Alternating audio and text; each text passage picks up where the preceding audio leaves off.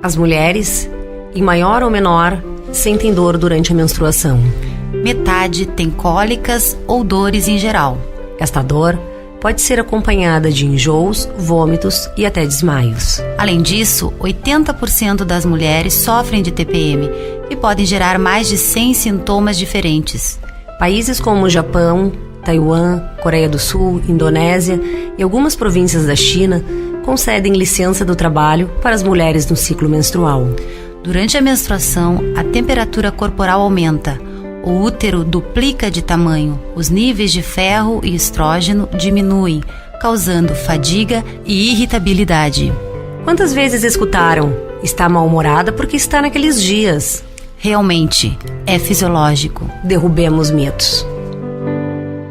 Olá, mais um Salto Alto no ar. E começando com esse vídeo, é o nosso grande alerta, nosso grande chamado para o dia de hoje, para o nosso programa, que trata sobre TPM e cólicas. Tudo bem, Irene? Tudo bom, pessoal? Um assunto bem feminino, claro, mas que desperta, não é mesmo, a atenção de todos. E que precisa envolver a todos também, né? Sim. Então você que nos assiste, chame as amigas, ligue para a irmã, passa um WhatsApp para a amiga. Chama o marido para assistir também, porque vai ser muito importante a presença do marido, do namorado, do pai junto. Dos filhos, para entender um pouquinho mais do que a gente vai falar. A TPM, ela, nos dias de hoje, muitas mulheres não sabem que sofrem da TPM. E as que sofrem, muitas ainda não procuram ir ao ginecologista, conversar, debater, não é mesmo, Irene, sobre os assuntos, por achar então que é normal. Por achar que isso faz parte da vida, por achar que todo mês vai passar por isso novamente, e que o quão é importante saber tratar esse momento para amenizar os fatores, os sentimentos. Sim, as cólicas em geral, elas atrapalham fisicamente mulheres que ficam indispostas até mesmo para trabalhar, para ir ao trabalho, para desenvolver suas atividades do dia a dia. E de certa forma, isto não é comum. A gente sabe que a cólica, ela é uma dor, né, normal, pela contração do músculo, enfim. Mas a cólica que prejudica o dia a dia, essa sim deve procurar um médico, deve ser tratada. Essa que impede a mulher de exercer as suas atividades básicas do dia, isso é um problema, né, Milena? Um grande problema. E para isso, o Salto Alto foi conversar com o Dr. Adir, ginecologista e obstetra aqui de Uruguaiana, muito conceituado e conhecido, para debater um pouquinho, desfazer essas dúvidas que nós temos, e assista conosco. Hoje viemos até aqui o consultório do Dr. Adir para fazer algumas perguntas, debater com ele assuntos femininos, mas que também interessam aos homens, não é mesmo, Dr. Adir? Tudo bem? Tudo bom. Obrigada por aceitar o nosso convite aqui no Salto Alto. E hoje vamos falar sobre TPM e cólicas. A TPM, que agora se chama de síndrome pré-menstrual. Pré-menstrual. Tá modernizando o nome, mas enfim. Que afeta um grande número de mulheres, né? Um percentual, assim, a gente diria 100% das mulheres? Não. Percentual, assim, da irritabilidade, por exemplo, que é o mais frequente, 86% das pacientes classificadas como com síndrome pré-menstrual têm irritabilidade. Mas quanto da população apresenta? Ao redor de 35%. Ou seja, 35% das mulheres, uma semana antes do fluxo menstrual, que é a época que existe essa variação hormonal. Pré-menstrual. Pré-menstrual. A gente fala, mas às vezes nem leva em consideração o nome realmente, né? Sim, que geralmente inicia-se uma semana, 10 dias antes da menstruação. Interessante que vem o fluxo e passa tudo. Bom, mas aí começa um outro processo, que são as cólicas, né? As cólicas aí devido ao fluxo menstrual. Sim. Bom, aqui na TPM surgem várias questões, mas hormonais, não é mesmo, doutora? Essa alteração pode se chamar de desequilíbrio hormonal, quando gera uma depressão, quando gera ansiedade, a questão de comer muito doce, querer comer massas e carboidratos em excesso. É devido ao desequilíbrio hormonal feminino. É um desequilíbrio hormonal. É o desequilíbrio hormonal. Tantos hormônios, o que é uns 200 hormônios que nós temos? Inúmeras toxinas e antoxinas pelos alimentos, pelas alterações emocionais do trabalho, no relacionamento. O relacionamento conjugal também é muito importante, não é? A paciente pode ter síndrome com um relacionamento e em outro próximo não ter, então está relacionado também com... Ou seja, aflora... Exatamente. Aquela irritabilidade da tensão pré-menstrual, dependendo com quem tu te relaciona no teu dia a dia e também na relação homem-mulher, enfim, ela pode piorar, então. Pode piorar. Muito comum. É muito comum. A paciente, olha, no relacionamento anterior eu não tinha síndrome pré-menstrual, neste eu tenho. Neste trabalho eu não tinha, neste eu tenho. Então, o fator ambiente ao redor modifica, né, as reações do paciente. Certo. E o mais frequente é a irritabilidade. Ou seja, aquelas pacientes classificadas com síndrome pré-menstrual, 85% delas, a irritabilidade está presente. Então, devemos ficar atentas ao nosso ciclo, para poder prestar atenção realmente nesse tempo, nesse período. Nesse tempo, que é um período de 7 a 10 dias antes de vir a menstruação. E dura o quê? 5 dias até a menstruação? Dura em média 7 a 10 dias, até vir a menstruação, quando começam as cólicas, que a paciente possa sofrer de outro. Que aí seria um sintoma físico e não emocional, né? Sim, mas tudo a gente vê que é realmente um ciclo, tudo é uma preparação para que aconteça a descamação, né, do endométrio, enfim, que o organismo da mulher ele é mais complexo que o... E está sim comprovado que é uma alteração hormonal, porque o ciclo menstrual é dividido em 2 fases. Tem a fase até a ovulação, que seria a fase folicular, que é quando o endométrio cresce, que a mulher ovula. E a partir que a mulher ovula, no momento que a mulher ovula, é que começam esses sintomas, pela variação, porque outros hormônios são produzidos nessa segunda fase. E esses hormônios, eles primeiro são os hormônios da hipófise, que vão produzir outros hormônios... Que vão estimular o ovário a produzir mais estrogênio e, na segunda fase. Ou seja, e progesterona. É uma cadeia. E os homens, né, a gente havia falado... Ele precisa perguntar para a mulher, tu estás na TPM? Não precisa. Ele já nota de cara. Que coisa, não? É o mesmo que me comenta que não é necessário. Meu marido já sabe, dia que eu chego em casa assim, que... Né? Bom, tá certo. Bom, aí entram as cólicas menstruais, né? Mas antes da cólica, a gente pode sentir, as mulheres que não usam o anticoncepcional, sentem no período da ovulação também uma cólicazinha. Também. Uma dorzinha. Isso é devido a uma descarga hormonal que causa uma leve descamação semelhante à menstruação no endométrio, que é a parte interna do útero. E muitas pacientes, elas identificam esse período exatamente. Olha, eu estou eliminando um pouquinho de muco, tipo uma clarinha de ovo um pouco mais espessa, com raias de sangue. Então, essa descamação hormonal, ela é ocasionada pelo pico de hormônio que vai causar a ovulação. Assim como, quando existe ovulação, o ovário rompe a sua cápsula, libera o óvulo e existe um pouco de sangramento em algumas pacientes intraabdominal. Então a paciente refere que está um pouco inchada, um pouco de cólica, né? Sim, identifica o seu dia fértil. Importante se dar conta, realmente falar, eu tô com cólica de novo, mas eu menstruei há pouco tempo. Não, é a ovulação agora, né? A lembrança foi muito oportuna aí, que várias pacientes chegam no consultório e identificam, por que eu tenho cólica no meio do ciclo? No meio do ciclo. Não. Interessante.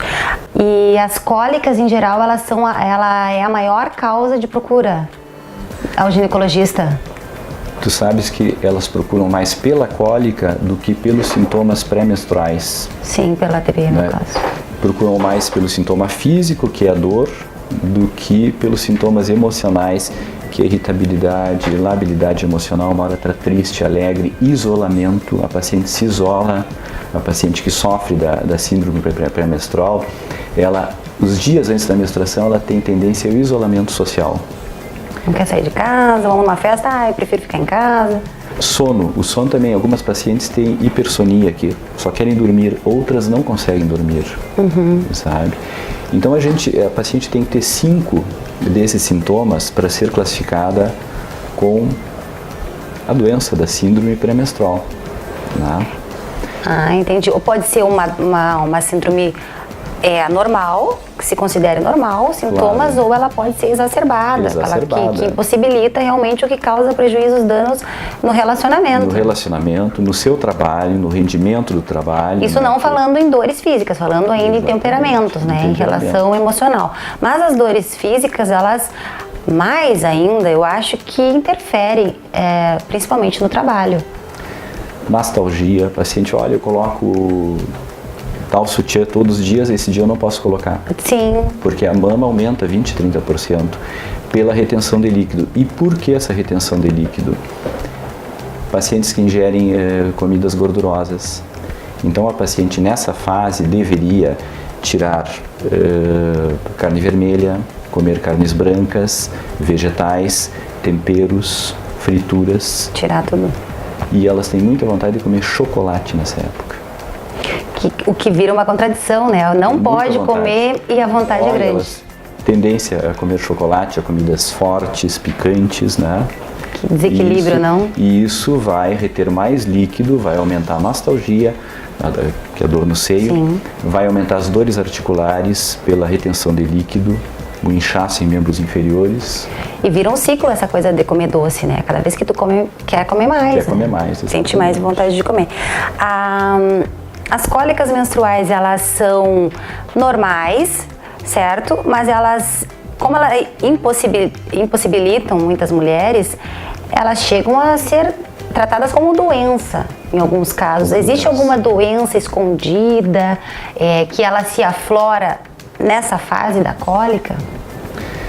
Tu sabes que a paciente com endometriose, não é? Toda paciente que chega no consultório, eu tenho cólicas desde a adolescência. Essa paciente é uma candidata à endometriose, ou seja, tem que ser investigada a endometriose. Aquela menina que começou a menstruação e conta, olha, desde que eu comecei a menstruar, eu falto ao colégio, eu falto à atividade física, pela dor. Porque os sintomas emocionais vão se exacerbar a partir dos 25 anos na síndrome pré-menstrual. Enquanto que a endometriose, que o sintoma mais específico é a cólica menstrual, é desde a infância, desde a adolescência, quando começa a menstruar. Sim, mas é que a gente nota que as adolescentes, elas sentem uma piora da dor ou sofrem mais. Eu me lembro da minha adolescência e vômitos, gera todo um transtorno.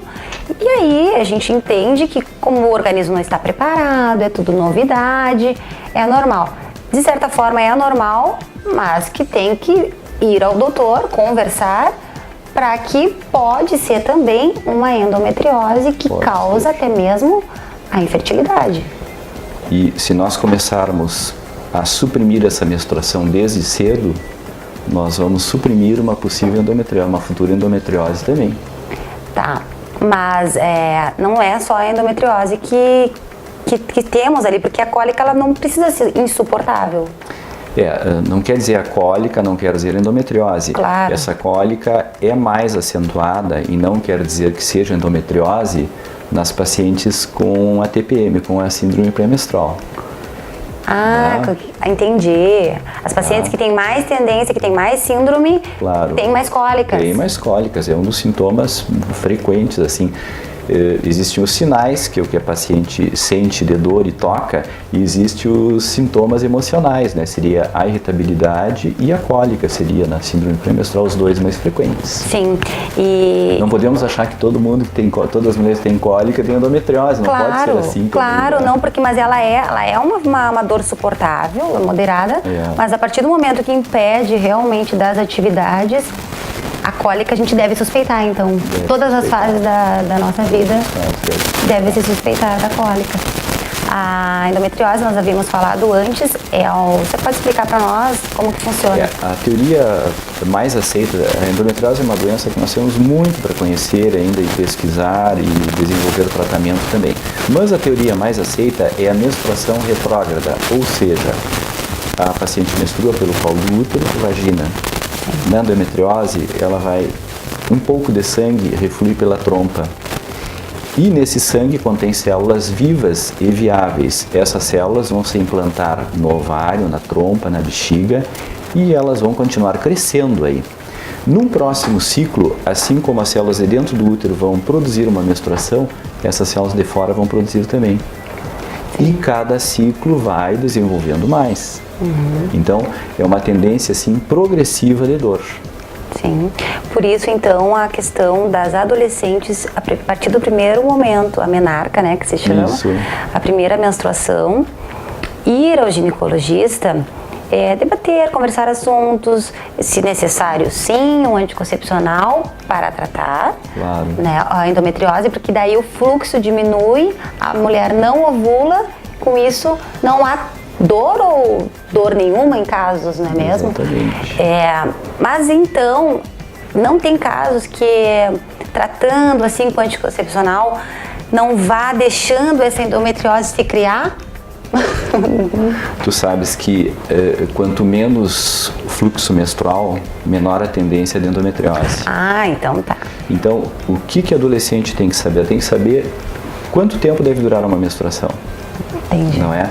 E existe assim uma classificação de quantos absorventes ela usa por dia. E a gente tem em média quantos ml de sangue ela vai sangrar, que seria 80 ml no máximo. Não é? Então ela sabendo disso, ela vai saber, meu fluxo está diferente do que o normal. Entendi. Mas é importantíssimo estar atenta, né? Porque às vezes, não sei, eu acho que nos dias de hoje, sim, as mães estão mais... Senão a mãe diz assim, não, isso aí eu tive também. E às vezes não é assim, porque antigamente a população tinha menos acesso ao consultório médico e não é... Não, e os problemas vão se desenvolver lá no futuro, quando tiver dores na relação, porque a endometriose causa dores. Causa dor. E só vai saber, às vezes, que tem endometriose quando for tentar engravidar. Milena, mas assim, tu sabe que a síndrome premenstrual não tem um tratamento definido ainda, que diga, olha, usa essa medicação e vai passar. É uma mudança de hábitos. Sim. Não é? A paciente com a síndrome premenstrual, ou seja, ela tem que ter os 5 sintomas ou sinais, ou seja, irritabilidade, fadiga muscular, artralgia, não é? Depressão, não é? Edema de membros. Tendo 1, 2, 3 dos sintomas, não se classifica. Não se classifica, Entendi. mas 5 dos sintomas ela é classificada, então a gente tem que orientar um tratamento para ela, porque essa paciente vai ser assim prejudicada no seu trabalho, no seu relacionamento conjugal, não é? Com os filhos. Sim. Então, existe assim algumas formas de tratamento medicamentoso. Porém, em primeira linha, a gente sempre tenta orientar a mudança de hábitos de vida. O estilo de vida interfere, então, Interfere. no período menstrual. Alimentação, atividade física aeróbica nessa fase melhora, porque consome o hormônio que desencadeia todos esses sintomas. Sim, libera outros. E libera outros, as endorfinas são liberadas, não é? Então a paciente se sente melhor. Dosagem de cálcio, magnésio, vitamina B6, tudo isso tem que dosar nessas pacientes. Está comprovado que essas pacientes nessa fase, elas têm o cálcio baixo, o magnésio baixo e a vitamina B6 baixa também. Então essa reposição pode melhorar. Mas é uma reposição alimentar. Alimentar, exatamente. Alimentos práticos do dia a dia, alimentos verdes folhosos, Exatamente, essa questão que hoje se fala muito, né, no estilo de vida, nos hábitos saudáveis. O inchaço, ele é Pela comida gordurosa pela comida. E que retém mais líquido. Certo. E aí um alimento específico assim para consumir nessa fase da menstruação é mais líquido? Muito líquido. Carnes brancas. Certo. Vegetais verdes. Aqueles que nós falamos. Bom, seguindo ainda na endometriose, que ela é vasta, a gente sabe que acomete várias mulheres. Pensando aqui, tem uma particularidade. As mulheres que já tiveram filhos, elas podem identificar então eu não terei endometriose mais, porque eu já detectei que eu posso ter filhos. Porque a endometriose, a gente sabe que um dos fatores é a infertilidade se não tratada. Exatamente. Então, no meu caso, eu posso ficar despreocupada neste caso? Sim, acho que pode. Olha aí. E a endometriose é uma doença assim que afeta uma faixa etária das mulheres de 25 a 35 anos. Então, se você tiver filho antes dos 25 anos, não é? A própria gestação é um tratamento espontâneo da endometriose, ou seja, os hormônios que são produzidos durante a gestação, eles vão tratar naturalmente a endometriose. Sim. Não quer dizer que a mulher que tem endometriose não vai gestar. Ela pode ter graus pequenos de endometriose. Claro. Então nós poderíamos dizer que a mulher que já teve filhos, uma gravidez espontânea em qualquer idade, é muito difícil que venha a ter endometriose. Sim, e deixar então para engravidar, quanto mais tarde, menos se percebe estes problemas, caso haja. Milena, porque a endometriose é uma doença assim, ó, muito extremamente difícil de diagnóstico. Tem paciente que não sente absolutamente nada e ela tem uma endometriose na trompa que está obstruída. Mas é uma endometriose pequena, que não dá cólica, que não dá sintoma. Aí ela chega aos 35 anos, ela quer engravidar, não consegue, aí tu faz o exame e vê isso. Aí o tratamento é fertilização, né? Tem no momento que tem obstrução tubária e a fertilização.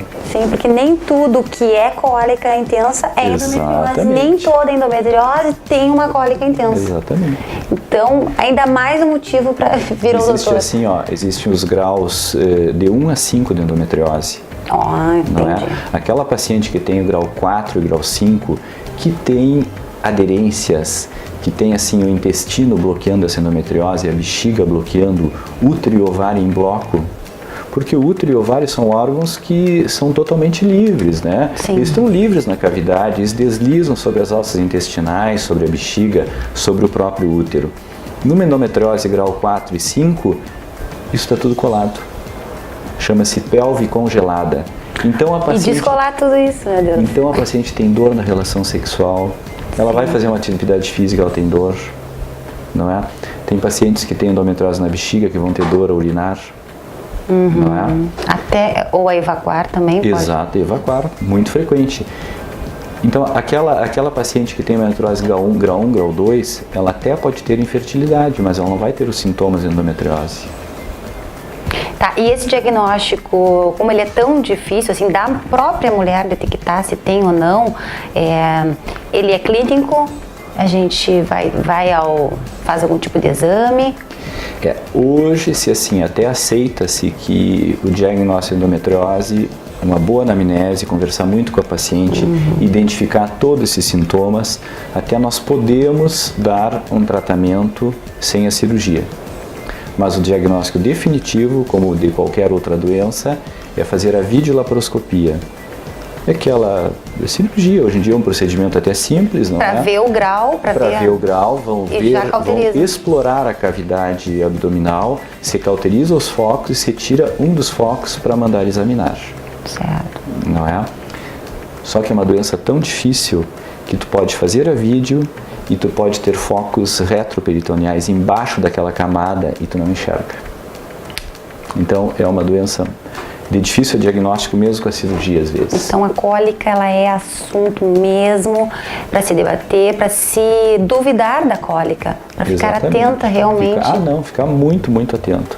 Como tu comentaste no início do programa, aquela menina, aquela adolescente que falta aula, que falta atividade física, que deixa de sair com as amigas. Qual é adolescente que não quer sair com as amigas com 14, 15 anos, mas não sai porque eu tô menstruada com cólicas. Essa menina é uma candidata a endometriose, essa tem que suprimir. E aí não fará todo este exame, essa questão que tu falaste. Protege ela desde agora. Porque a endometriose leva anos para se instalar, anos de implantes endometriais fora do útero. Endométrio é a parte que reveste o útero, esses implantes estão fora do útero, que saem pela trompa, né? Sim. E as mulheres que já tiveram filhos, voltando ainda àquele assunto, elas têm tendência a ter menos cólicas? É uma questão que a gente conversa entre nós. Menos cólicas. Por quê? Porque o útero dessa mulher, tu vê, o útero ele tem em média 6,5 a 9 centímetros. Esse útero que é desse tamanho ficou desse tamanho. O que é a cólica em si, né? A cólica menstrual simples, que não está relacionada com a endometriose, é a saída do sangue colo uterino. Sim, o útero que vai... No momento que esse colo dilata, a paciente tem cólica. Depois de uma gravidez, esse útero já está dilatado. Claro. Então, não é... Mas em caso de parto normal. Cesariana também, porque esse útero alarga, né? Ele alarga. Mas e aí eu ouvi falar em aderências, que ali depois de uma cirurgia podem haver aderências do colo do útero, algo assim, que poderia então dar uma certa dor maior. Isso é pacientes que fazem curetagens com algum grau de infecção, então o útero pode se colar dentro, que é chamado, o nome científico de sinéquias uterinas. Sim. Que isso impede uma gestação e também a paciente pode ficar com o canalzinho um pouquinho menor, não é? E aí ter um desconforto ao menstruar. Vamos então para um rápido intervalo agora e já voltamos.